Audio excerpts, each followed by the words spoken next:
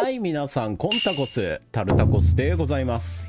さて、お待たせいたしました。解説シリーズ、極意編、黒い森の章でございます。ここからですね、難易度上がっていきますが、一緒にね、攻略していきましょう。ちょっとタコス超円になったり、いろいろあったりして、ちょっと動画投稿遅れてしまってね、申し訳ありません。今回からちょっと頑張っていこうかなと思いますので、皆さんよろしくお願いいたします。さて前回ですね、エイクスリを倒したところからスタートですね。前回のね動画がまだの方は概要欄の方からどうぞ。では黒い森編、まず一番最初に何をするかというと、黒い森のですね埋葬室と呼ばれる場所でスルトリングの核と呼ばれるねアイテムを集めることが最初の目標です。ではね、しっかりと準備していきましょう。さてそれでは黒い森に突入するための装備がこんな感じですね。ざっと説明すると、まず石の斧は火打ち石の斧にアップグレードしてます。でツルハシですね、これはエイクスリを倒した時に落とす角、これをね素材にすることによって作成可能です。一応1個持っていっておきましょう。であとは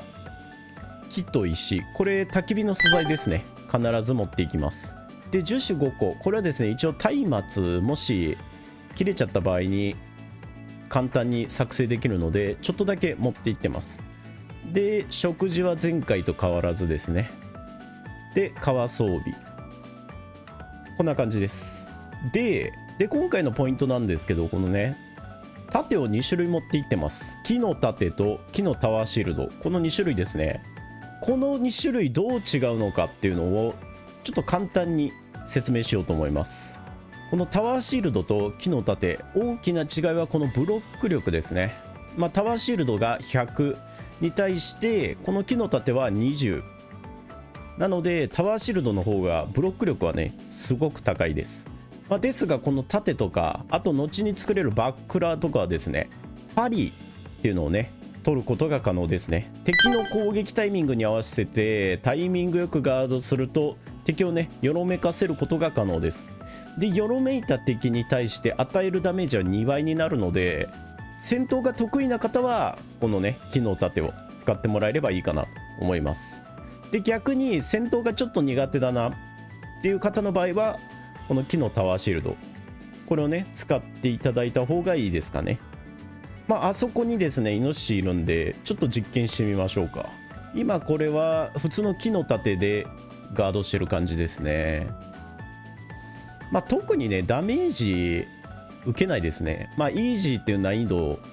もあると思うんですけど、この草原のモブ程度なら別に木の盾でも十分ガードはできますね。で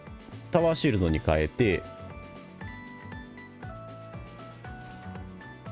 ガードしてみると全く食らいませんね。木の盾だと少しだけダメージ受けてたんですけど、タワーシールドだとねブロック力が高いので全くダメージは受けません。この2つがまずは大きな違いですね。例えばですね、このバルヘイム複数の敵に襲われることがめちゃめちゃ多いゲームです。なので複数の敵に襲われた場合に戦闘がね苦手な方っていうのはこのタワーシールドを使ってこうガードしながらですね敵をこう攻撃するみたいな感じで引きながら戦うみたいな戦法がね取れるので、戦闘苦手な方はこのタワーシールドがいいかなと思います。で逆に戦闘に少し自信のある方っていうのは普通の盾を装備してもらって、敵の攻撃をですね例えば回避して攻撃したり、あとはですね敵の攻撃をこんな感じでパリして大きなダメージを与えていくみたいな戦い方ができます。ってな感じでブロック力が高いけどパリができないタワーシールドがいいか、ブロック力は高くないけどパリが取れて反撃ができる木の盾がいいかっていうのは自分の戦闘スタイルに応じてどっちがいいかっていうのをねここで選んでおきましょう。タコスはですね普通の木の盾でいこうと思います。ではね盾について説明終わったところで黒い森早速攻略していきます。さてこんな感じでねなんかいろんな木が生い茂ってるところが黒い森なんですけど、はい、まずはねこいつらですね。このね灰色のドワーフ、そして骸骨ですね。この2体がですね黒い森では主に戦っていく敵モブになりますね。特にこの灰色のドワーフっていうのは集団で襲ってくるのでしっかりとね準備をしておかないとやられちゃうみたいなことになっちゃいますね。で対策としては普通に火打ち石の槍でしばいておけば簡単に倒せるんですけど、もしねこいつらがですね10体以上で襲ってきた場合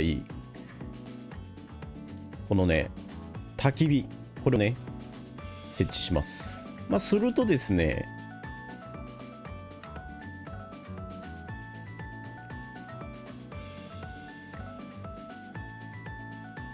このドワーフはですね近づいてきません。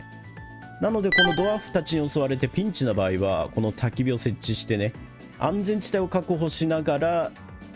引きつつ戦うのがおすすめですね。はい、こんな感じで骸骨3匹に襲われてるんですけど、このね骸骨3匹に襲われてるイコールこの埋葬室が近くにあるなっていうのを覚えておいてほしいですね。この奥がダンジョンになるんですけど、ダンジョンの近くにはね必ずこの骸骨どもが3匹ぐらいはいるので、このね骸骨に襲われたら埋葬室が近くにあるなっていうのを覚えておきましょう。ではこいつらを倒していくんですけど、装備してほしいのは棍棒ですね。棍棒装備して、あとは木の盾、もしくはタワーシールドで敵をね倒していこうと思います。で棍棒がこの骸骨の弱点になるので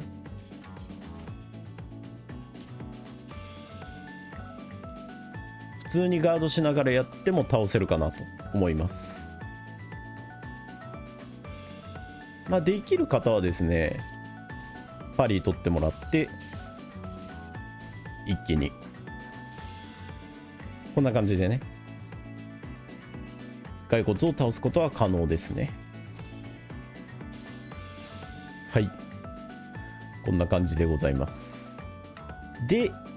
ここでね埋葬室に行きたいところなんですけど、ちょっとね一旦待ってもらって印だけねつけておきましょう。埋葬室、よし。この埋葬室を超安全に攻略するために一つね武器を作りたいので、その武器に必要な素材をね取りに行きます。それが何ぞやっていう話なんですけど、それがこれですね。松。この松っていう木をですね斧で切り倒して、この木の芯これをね入手したいんですよね。で木の芯を入手してる最中にこのねトロルというねいかにもね強そうな化け物が襲ってきます。こいつにね遭遇した場合は今のところは逃げといた方がいいですね。結構ねしつこく追ってくると思うんですけど、ひたすらね黒い森とは逆方向、この草原のエリアに逃げます。である程度逃げてると襲ってこなくなるので、しばらく待ってから松を取りに行く方がいいかなと思いますね。別にね経験者の方とかは全然倒せると思うんですけど、今初心者の段階だとこいつと今戦うのはあまりよろしくないので逃げておいた方がいいかなとは思いますね。はい、こんな感じでね木の芯を集めていきます。で木の芯をですねとりあえず20本集めることを目標にしていきましょうか。よし、なんとかトロルたちとね戯れながら22本確保したんで、確保できたらね一旦拠点に帰りましょう。はい、拠点に帰ってきたら作業台でねとある装備四角炊きですね、これを作ります。牧の芯と鹿のトロフィー、そして川の切れ端で作れる装備ですね。これを作りましょう。はいはい、この四角滝なんですけど、序盤からね中盤まで使える超強い装備になるので、ぜひねここで作っておくことをお勧めしますね。ではこの装備を作ったら埋葬室をね攻略していきましょうか。さてでは埋葬室をね攻略していきましょうか。はい、入るとですね、基本的に真っ暗なんですよ。なのでこの初期地点のところにですねこの焚き火を設置して、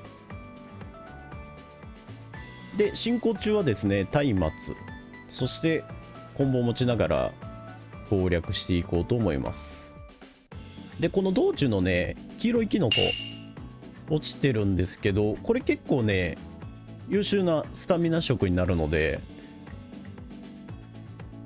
拾っておいて損はないかなと思いますね。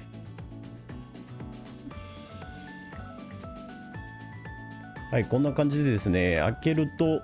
幽霊骸骨とかねいろいろ襲ってきますで以前だったらここアンチだったんですよ。安全地帯だったんですけど、今見てください。こうやってね敵がね登ってくるようになります。はい、もう埋葬室のね安全地帯といえばここでひたすらねイモりながら倒すっていうね方法を以前紹介してたんですけど、その方法がね使えなくなっちゃったわけですよ。なのでねそこで活躍するのがこの四角滝でございます。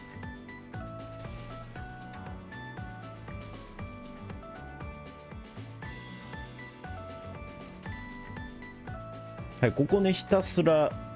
ジャンプしながら上に降りたり下に降りたりして、このね敵の攻撃を避けつつ、この四角滝の範囲攻撃ですね、衝撃波で敵をね殲滅していきます。こんな感じで、先ほどのね幽霊が結構強いんですけど、骸骨程度ならねもう 1,2 発で粉砕できますね。これが四角滝が最強たるゆえんですね。で進んでいくとですねこんな感じでスルトリングの核がねあります。これをね入手することがまず黒い森で一番最初のステップですね。で道中に落ちてる琥珀、これですね。これもねゆくゆくは必要になるのでルビーとかもね取っておきましょう。はい、こんな感じでどんどん進んでいきます。基本的に宝箱にあるアイテムも全部取って OK です。全部取ってもらって黄色いキノコも取って、でどんどん進んでいきましょう。はい、またねこんな感じで骸骨がいっぱい襲ってくるんですけど、安心してください。我らには四角だけありますね。これではいもう一網打尽できます。いきなりねこんな感じで4匹ぐらいに襲われても全然ね慌てる必要なく攻略できるので、ここで四角滝を作るのはおすすめですね。こんな感じでね腐敗した骸骨っていうちょっと骸骨より若干強いね敵も襲ってきます。ですが安心してください。この四角滝の前には無力です。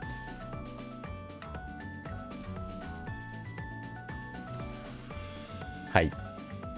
ただね四角岳はね破壊力があるがあまり周りのね建築物も壊してしまうので、そこだけねちょっと注意していただければと思います。でここですね、あんな感じで黒いモヤモヤあると思いますね。あれがねスポーナーです。あそこからね骸骨がわらわら出てくるんですよ。倒しても倒しても骸骨が出てくるっていう場合は近くにねスポナーがあるっていう風に覚えておいてもらったらいいかなと思います。でこのスポナーなんですけど、このスポナーがあるところにはもう必ずと言っていいほどスルトリングの核があるので、まずはスポナーを壊してからスルトリングの核をね入手していきましょう。でこのスポナーをね壊す時もこの四角だけがねおすすめです。衝撃波っていうのは建物とかを貫通するので、安全なところからですねこうやって四角だけをペタンペタンやるだけで、はい、壊せます。これでね超安全に埋葬室をね攻略できるというわけです。ありましたね、スルトリングの核はい、これで埋葬室一応ね一通り回りました。で結果がスルトリングの核5個ですね。これね結構ばらつきがあって、2個とか1個しか取れない場合もあれば、10個とか15個取れちゃう時もあるので、この辺は運です。はい。でこのスルトリングの核何個必要かっていう話なんですけど、14個ぐらいあればいいかなと思います。とりあえず14個を目安にこのスルトリングの核をね集めていきましょう。で終わったら×の印をして、手持ちがパンパンなんで一旦ね拠点に帰ります。でアイテム預けたらねまた埋葬室探しに行くんですけど、その前にですねこの骨片これを使って棍棒をねアップグレードしておきましょう。はい、品質2にねしておきましょう。棍棒をね品質2にすると骸骨どもがより一層倒しやすくなるので、四角だけで十分なんですけど、もしね1対1とかの場合はこの棍棒でねパッパと攻撃した方が結構早く倒せるのでおすすめですね。じゃあね埋葬室をまた探しに行きましょうか。骸骨がね襲ってきて、あそこにねダンジョンありますね。先ほどとはちょっと違う形なんですけど、これもね埋葬室になります。で攻略していくんですけど、骸骨ですね、ああいう剣タイプとは別に弓タイプも存在して、このね弓タイプがね非常にめんどくさいんですよ。なので、弓タイプにね遭遇した場合は避けてもいいですし、このね盾でガードしながら近づいてって棍棒で攻撃するっていう感じでもどっちでも大丈夫です。ですが星持ちですね。このバルヘイム星がついてる敵が存在するんですけど、この骸骨も星がついてるモブとして出現することがありますね。そういった場合は逃げる、もしくは回避しながらね近づいて敵に攻撃を与えていくっていう方法がベストですかね。さてそれでは2つ目の埋葬室行きましょう。やることは一緒です。焚き火焚いて松明持って、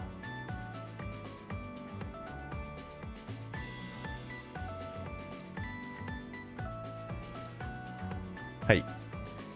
また敵が現れたら今回弓持ちですね。四角だけで殲滅していく、こんな感じですね。であそこにまたスポナーあるんで、スポナーもこの四角だけで、はい、簡単に壊せます。で敵が殲滅できたら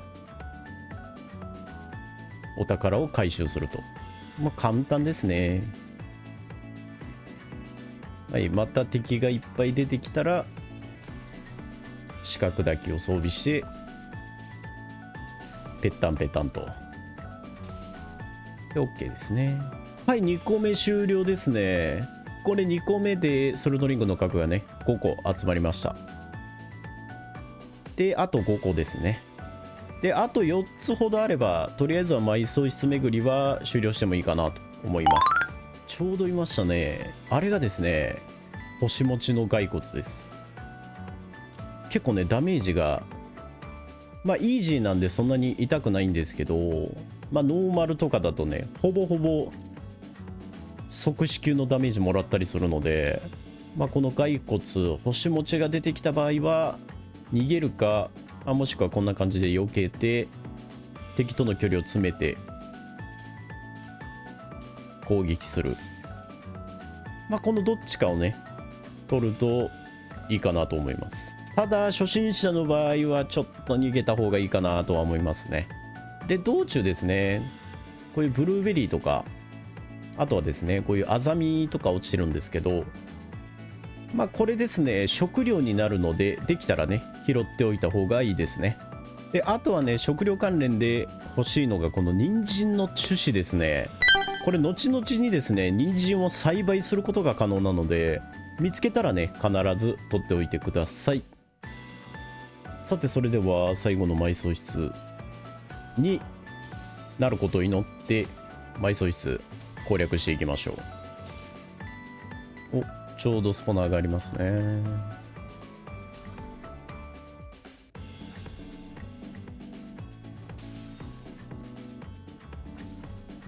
まあそんな時もね四角だけを振り回して安全に攻略していきましょうと言ってたらですね、史上最強の敵ができましたね。星に骸骨、これはですね非常に強いです。一応骸骨の星付き1が基本的に出るんですけど、まあ稀にね